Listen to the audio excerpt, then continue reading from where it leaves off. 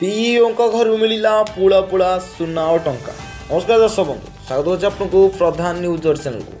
ଆଉ ମଧ୍ୟ ଆପଣଙ୍କୁ ନବବର୍ଷର ହାର୍ଦ୍ଦିକ ଅଭିନନ୍ଦନ।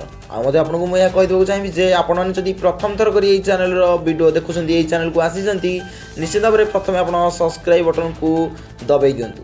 ତା ସହିତ ବେଲ୍ ଆଇକନକୁ ଅଲ୍ରେ ମଧ୍ୟ ସେଟ୍ କରିଦିଅନ୍ତୁ, କାରଣ ଆପଣଙ୍କୁ ଓଡ଼ିଶାର ଏବଂ ଦେଶ ବିଦେଶର ବିଭିନ୍ନ ଖବର ଏଠାରେ ଭରାଭର ମିଳିଯାଏ। କିନ୍ତୁ ଏହି ଖବରଟିକୁ ଆପଣମାନେ ସମ୍ପୂର୍ଣ୍ଣ ରୂପେ ଦେଖିବା ସହିତ ଭିଡ଼ିଓଟିକୁ ନିଶ୍ଚିତ ଭାବରେ ଗୋଟେ ଲାଇକ୍ କରିଦିଅନ୍ତୁ। ଖବରଟି ହେଉଛି ପିଇଓଙ୍କ ଘରୁ ମିଳିଲା ବିଡ଼ା ବିଡ଼ା ଟଙ୍କା ସାଙ୍ଗକୁ ପୁଳା ପୁଳା ସୁନା। ଭିଜିଲାନ୍ସର ବଡ଼ ଧରଣର ରେଡ୍।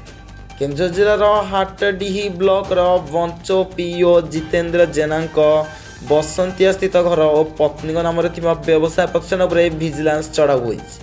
ମୋଟ 6ଟି ସ୍ଥାନରେ ଏହି ଚଢ଼ାଉ କରାଯାଇଥିବା ସୂଚନା ମିଳିଛି। ଜିତେନ୍ଦ୍ର ଦୀର୍ଘ ବର୍ଷ ହେବ ହାଟଡିହି ବ୍ଲକର ବିଭିନ୍ନ ପଞ୍ଚାୟତର ପିଇଓ ଥିବାବେଳେ ଏବେ ବଞ୍ଚ ଏବଂ ବାଲିବରାଇ ପଞ୍ଚାୟତର ପିଇଓ ଅଛନ୍ତି। ଏହି ଭିଜିଲାନ୍ସ ବିଭାଗ ପକ୍ଷରୁ ଏହି ଚଢ଼ାଉ କରାଯାଇଛି। କେନ୍ଦୁଝର ଭିଜିଲାନ୍ସ ବିଭାଗର 4 ଜଣ ଡିଏସ୍ପି 8 ଜଣ ଇନ୍ସପେକ୍ଟରକୁ ନେଇ ହାଟଡିହି ବ୍ଲକର 6ଟି ସ୍ଥାନରେ ଏହି ଚଢ଼ାଉ କରାଯାଇଛି। ମରିଗାଁ ସ୍ଥିତ ନିଜ ଘର, ବସନ୍ତିଆରେ ଥିବା ଘର, ଜଗନ୍ନାଥପୁରରେ ଥିବା ଦୋକାନ ଗୋଦାମ ଘର, ବନ୍ତଳା ସ୍ଥିତ ପୈତୃକ ଘର, ବଞ୍ଚ ବାଲିବରାଇ ପଞ୍ଚାୟତ କାର୍ଯ୍ୟାଳୟରେ ଚଢ଼ାଉ ଜାରି ରହିଛି। ଆୟ ବହିର୍ଭୂତ ସମ୍ପତ୍ତି ଠୁଳ ଅଭିଯୋଗରେ ଏହି ଚଢ଼ାଉ ହୋଇଥିବା କୁହାଯାଉଛି। ଅନୁସନ୍ଧାନ ସମୟରେ ଜିତେନ୍ଦ୍ରଙ୍କ ଭୁବନେଶ୍ୱରରେ 2ଟି ବହୁମହଲା କୋଠା, ଉତ୍ତରା ଭୁବନେଶ୍ୱରରେ ଗୋଟିଏ 2 BHK ଫ୍ଲାଟ୍ ଏବଂ ଖୋର୍ଦ୍ଧା ଟାଉନରେ ଗୋଟିଏ ବହୁମହଲା କୋଠା, 4ଟି ଉଚ୍ଚ ମୂଲ୍ୟର ପ୍ଲଟ୍, 100 ଗ୍ରାମ ସୁନା, ନଗଦ 6.20 ଲକ୍ଷ ଟଙ୍କା, ଗୋଟିଏ 4 ଚକିଆ କିଆ ସେଲ୍ଟସ୍ ଏବଂ 4ଟି 2 ଚକିଆ ଯାନ ଅଛି।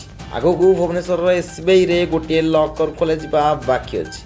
ବ୍ୟାଙ୍କ, ପୋଷ୍ଟାଲ ଜମା ଏବଂ ଅନ୍ୟାନ୍ୟ ନିବେଶ ଇତ୍ୟାଦି ନିର୍ଣ୍ଣୟ କରାଯାଉଛି। କିନ୍ତୁ ସମ୍ପୂର୍ଣ୍ଣ ଖବରଟି ଦେଖିଥିବାରୁ ଆପଣଙ୍କୁ ନିଶ୍ଚିତ ଭାବରେ ବହୁତ ଧନ୍ୟବାଦ। ଆମେ ଦେଖା ହେବା ଅନ୍ୟ ଏକ ଖବର ସହିତ। ରହୁଛି ନମସ୍କାର, ଜୟ ଜଗନ୍ନାଥ, ଜୟ